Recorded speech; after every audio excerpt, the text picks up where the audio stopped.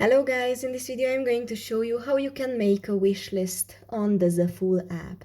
So after you searched on a product or more products, for example dresses, next to the picture on their top right corner you can see here a heart-shaped icon.